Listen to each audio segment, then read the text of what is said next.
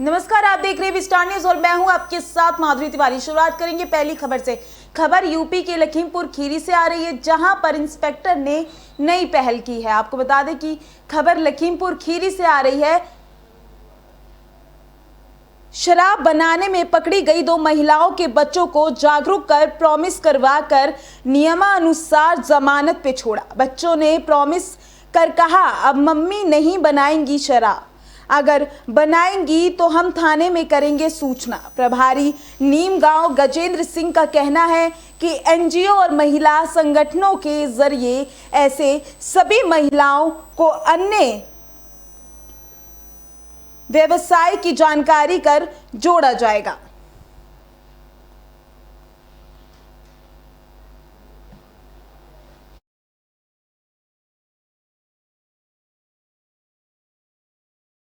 आज वो 2 महिलाएं हैं जो शराब बनाते हुए पकड़ी गई हैं। उनके बच्चे भी आए हैं, काफ़ी छोटे छोटे हैं। महिलाओं को थाने से जमानत दी जा रही है नियमानुसार, तथा बच्चे भी उनके आए हैं। उनसे बच्चों ने प्रॉमिस किया है कि अब से हमारी बड़ी मम्मी और माताजी जो हैं वो शराब नहीं बनाएंगी। हम लोग अपने बड़ी मम्मी और माताजी को समझाएंगे, तथा हम लोग भी एक ऐसा प्रोग्राम करने जा रहे हैं। यहाँ पर कुछ स्वयंसेवी संगठन एनजीओज आ रहे हैं जो इन लोग को मछली पालन, गोटरीज, मशरूम उत्पादन, शहद का उत्पादन जैसे रोजगार की ट्रेनिंग देंगे, जिससे ये लोग गलत काम छोड़कर सकारात्मक रूप में मुख्य धारा में शामिल हो जाए। आज वो किन्नरों में क्षेत्र के विवाद को लेकर मारपीट हो गई है। आपको बता दें, खबर यूपी से सामने आ रही है, जहां पर यूपी के एटा में किन्नरों के क्षेत्र में जाकर करने लगा था वसूली। लोकल किन्नर इकट्ठे हो गए और बाहर से आए किन्नर के साथ मारपीट की। एटा के जलेसर थाना क्षेत्र के हाथरस बस स्टैंड का मामला बताया जा रहा है।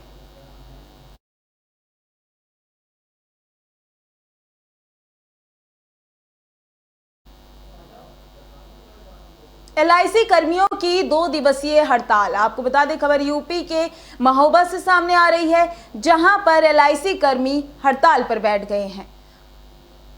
केंद्र सरकार की नीतियों और निजीकरण की ओर बढ़ रहे कदम को लेकर बैंकों की 2 दिवसीय हड़ताल के बाद अब एलआईसी कर्मी भी सरकार की नीतियों के विरोध में हड़ताल पर आ गए हैं। एलआईसी कर्मियों द्वारा सरकार की नीतियों का विरोध करते हुए प्रदर्शन किया गया, साथ ही सरकार को खरी खोटी सुनाई गई।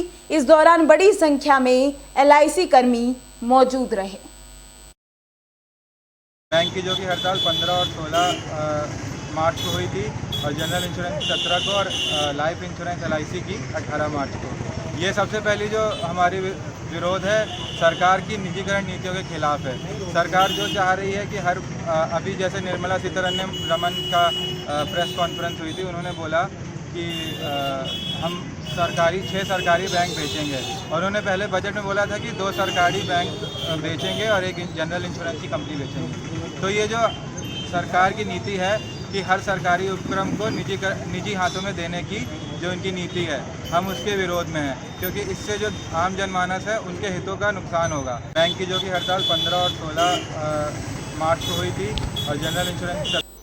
अखिलेश यादव ने योगी सरकार पर साधा निशाना। आपको बता दें, खबर यूपी से सामने आ रही है, जहां पर अपने गृह जनपद इटावा पहुंचे पूर्व मुख्यमंत्री अखिलेश यादव ने प्रदेश के मुख्यमंत्री योगी आदित्यनाथ के बंगाल प्रचार को लेकर निशाना साधा। कहा, बाबा अपने प्रदेश का विकास रोककर बंगाल का विकास करते चले हैं। वहीं उन्होंने बंगाल की जनता से दीदी ममता बनर्जी को जिताने की अपील की। इटावा पहुंचे पूर्व मुख्यमंत्री अखिलेश यादव ने योगी आदित्यनाथ पर निशाना साधा। कहा, प्रदेश की मुख्यमंत्री उत्तर प्रदेश से ज्यादा बंगाल पर ध्यान दे रही है।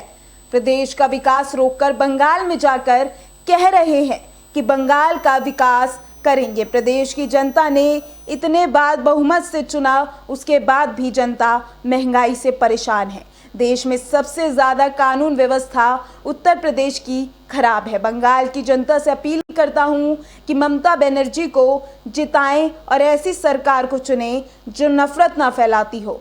ममता बनर्जी की सरकार बंगाल को और आगे ले जाएगी। ममता के व्हील चेयर को नाटक बताने को लेकर कहा, बीजेपी से ज्यादा नाटक अभी तक किसी ने नहीं किया। इटावा के हमारे शेर ले जाकर अपनी शान बढ़ा रहे हैं। पंचायत चुनाव के आरक्षण को लेकर कहा, हम चाहेंगे कि न्यायालय सरकार की उस साजिश की तरफ ध्यान दे जो चाह रहे हैं कि चुनाव ना हो। उत्तर प्रदेश में बड़ी ठोको नीतियां चल रही हैं। आप भी सच दिखा दोगे तो आप भी ठोक दिए जाओगे।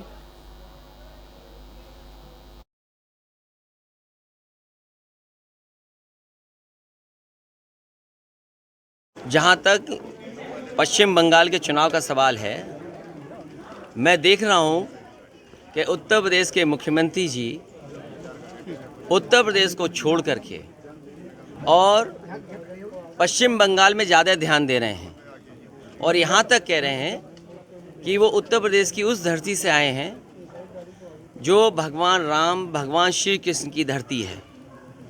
मैं उन्हीं से जानना चाहता हूँ कि जिस उत्तर प्रदेश की जनता ने उन्हें इतना बहुमत दिया है, आज उत्तर प्रदेश की जनता महंगाई से क्यों परेशान है?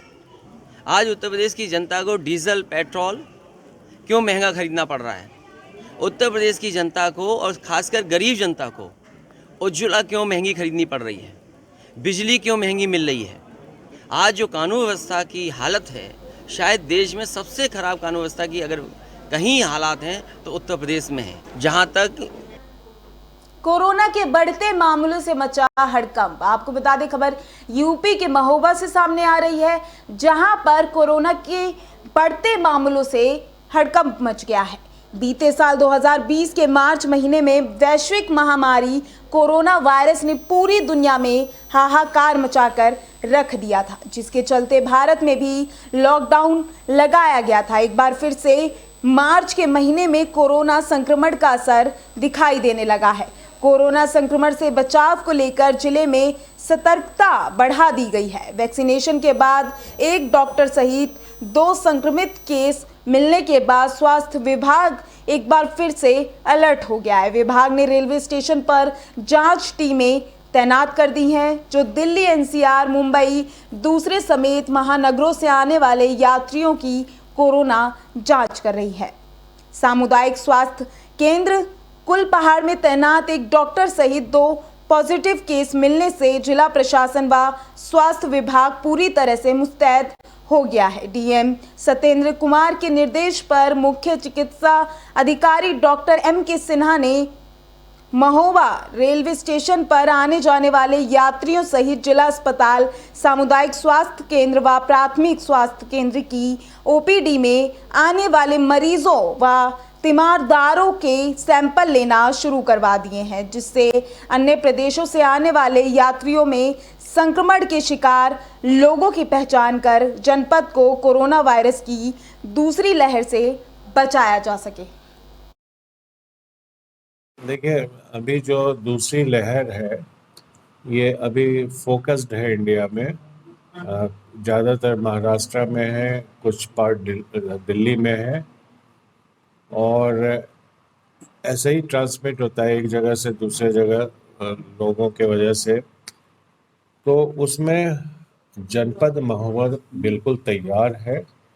इसमें हम लोग फिर से 0 लेवल से स्टार्ट कर रहे हैं कि सैम्पलिंग ज़्यादा से ज़्यादा हो और जहाँ इन पॉइंट है महोबा का, जैसे रेलवे स्टेशन, बस स्टैंड, इन सभी जगह। अभी बस स्टैंड पे तो नहीं हो पाया है लेकिन जल्दी हो जाएगा। लेकिन रेलवे स्टेशन में खास करके जो बॉम्बे की ट्रेन हैं उसमें 24 घंटे वहाँ पे स्थापित हो गई है। देखिए, अभी युवक ने फांसी लगाकर आत्महत्या कर ली है। यूपी फिरोजाबाद से खबर आ रही है, जहां पर एक युवक ने फांसी लगाकर आत्महत्या की। जिले के नगला सिंगी क्षेत्र में युवक ने फांसी लगाकर आत्महत्या की। युवक की मौत के बाद परिवार में कोहराम मच गया। मृतक अपने पीछे 3 बच्चे, जिनमें 2 पुत्रियां और 1 पुत्र को छोड़कर गया है। बच्चों का रो रो कर बुरा हाल है। थाना नगला सिंगी क्षेत्र के गांव नगला आम निवासी प्रताप सिंह यादव के पुत्र राम खिलाड़ी का शव आज सुबह घर के अंदर मुफलर के सहारे लटका मिला। युवक का शव लटका देखकर परिवार में चीख पुकार मच गई। परिजनों ने बताया कि बुधवार को मृतक बिजली का बिलक जमा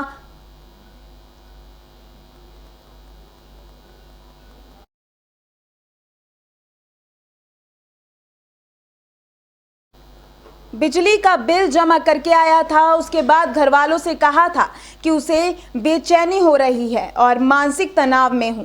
परिवार वालों ने उसके तनाव का कारण भी जानना चाहा, लेकिन उसने कुछ भी नहीं बताया। रात्रि के समय वह सोने के लिए अपने कमरे में गया था, लेकिन सुबह उसका शव घर के अंदर पड़ी टीन की चद्दर में लगे पाइप पर मफलर के सहारे लटका मिला। मृतक पिता का इकलौता बेटा था। युवक की मौत के बाद परिवार में कोहराम मच गया। हत्या की खबर पर ग्रामीणों की भीड़ मृतक के घर पर जमा हो गई। नंगला आम थाना नंगला सिंगी में पड़ता है, गांव एक है। उसमें आज रात्रि में जो एक प्रताप नाम का व्यक्ति था, 40 साल उसकी उम्र है, जाति से यादव है, उसने अज्ञात कारणों से सुसाइड कर लिया है। पुलिस को सूचना मिली, परिजनों द्वारा थाने में सूचना दी गई, जिसके आधार पर पुलिस द्वारा विधिक कार्रवाई करके उसके शव को पंचायतनामे के भेज दिया गया है। पुलिस द्वारा विधिक कार्रवाई की जा रही है। नंगला आम युवक ने युवती के साथ दुष्कर्म किया। आपको बता दें, खबर यूपी के नोएडा से सामने आ रही है, जहां पर थाना सेक्टर 24 नोएडा पुलिस द्वारा दुष्कर्म करने वाले वांछित अभियुक्त गिरफ्तार हो गए हैं। आपको बता दें कि वांछित अभियुक्त राजू पुत्र गोपाल निवासी ग्राम थाना अड्डूर जिला पतन मटिड्डा केरल, वर्तमान पता 310 बी ब्लॉक सेक्टर 12 नोएडा को थाना क्षेत्र से गिरफ्तार किया गया है।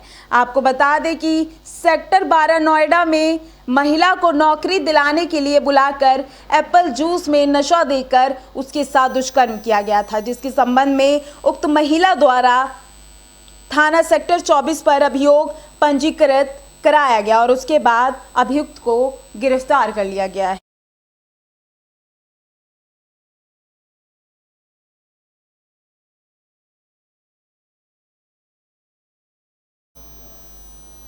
रंगदारी के चलते युवक के साथ मारपीट हो गई है। आपको बता दें, खबर यूपी के जालौन से सामने आ रही है, जहां पर युवक की हालत गंभीर बताई जा रही है। क्राइम का गिराफ इस कदर बढ़ता जा रहा है कि इसका अंदाजा मंगरौला की घटना से लगाया जा सकता है। मामला कालपी कोतवाली क्षेत्र के मंगरौला गांव का है, जहां रंगदारी के चलते एक व्यक्ति को उसी के खेत पर घेराबंदी कर मारपीट के बाद गोली मार दी, जिससे वह घटनास्थल पर गिरकर घायल हो गया।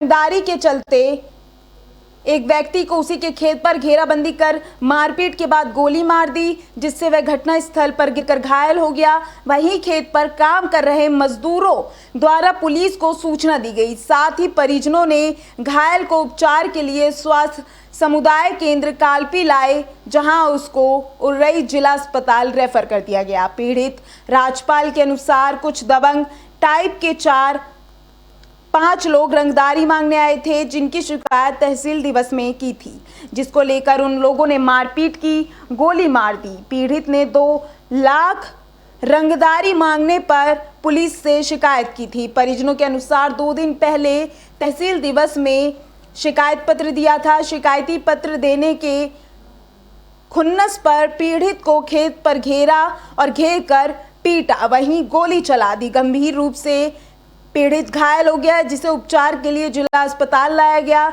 जहां उसकी हालत गंभीर देखते हुए चिकित्सकों ने झांसी रेफर कर दिया। पूरी घटना कालपी कोतवाली क्षेत्र के मंगरौला गांव की बताई जा रही।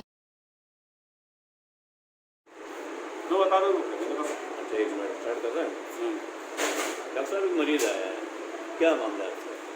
अभी एक कालपी से पेशेंट रेफर होकर के आया है, जो घायल अवस्था में है, इसके पैर में इंजरी है, इलाज किया जा रहा है। इसका उसको पहुँचा अच्छा, रेफर करने की नौबत नहीं है कि अभी उसका इलाज किया जा रहा है और एग्जामिनेशन। सर, मंगरौल गांव में एक गनशॉट का प्रकरण सामने आया है, क्या है पूरा मामला और पुलिस क्या कार्रवाई कर रही है? ये राजपाल प्रजापति करीब 45 साल का है, उसी गांव का। करीब 8:30 बजे घटना है।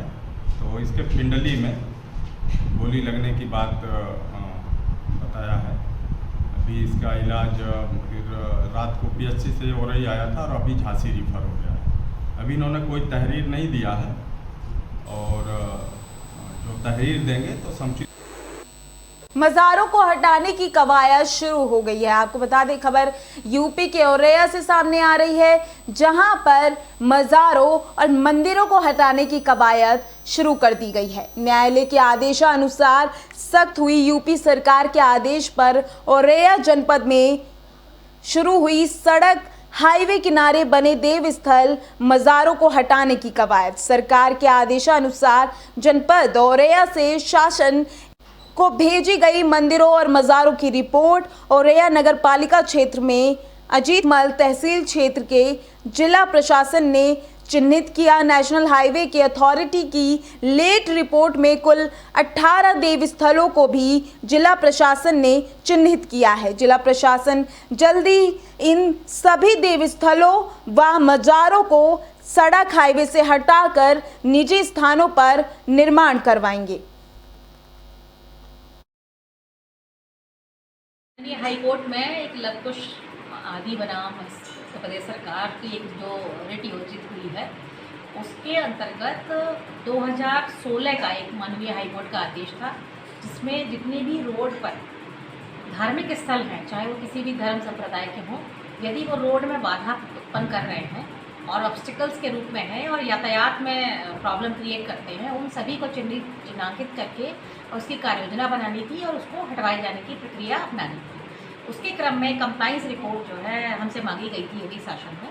तो अभी हम लोगों ने जो रिपोर्ट भेजी है, हमारे औरैया नगर पालिका एरिया में 4 हमको रोड पर मिले हैं, जिसमें 1 मज़ार है, 3 मंदिर हैं। और सेम बाबरपुर अजीतमल तहसील में भी 4 हमको प्राप्त हुए हैं रिपोर्ट में, जिसमें उसमें भी 1 मज़ार है और 3 मंदिर हैं। तो 3 जो है विभिन्न देवी देवताओं के मंदिर हैं। तो इस तरह से 8 हमारे ऑब्स्टिकल्स के रूप में रोड पर पाए गए हैं, रोड की भूमि पर, और 18 NHAI की भूमि पर। उसमें रोड में हाईवे भी शामिल थे और लोकल बॉडी हो या ग्रामीण क्षेत्र में, तो उसमें 8 हमको फर्स्ट फेज़ में हम 8 हमें वो हटाने हैं, प्लस NHAI ने जो अपनी रिपोर्ट दी है, हालांकि उन्होंने रिपोर्ट लेट दी है, उसमें उन्होंने अपने 18 धार्मिक हाई कोर्ट। फिलहाल के लिए बस इतना ही। देखते रहिए बी स्टार न्यूज़। नमस्कार।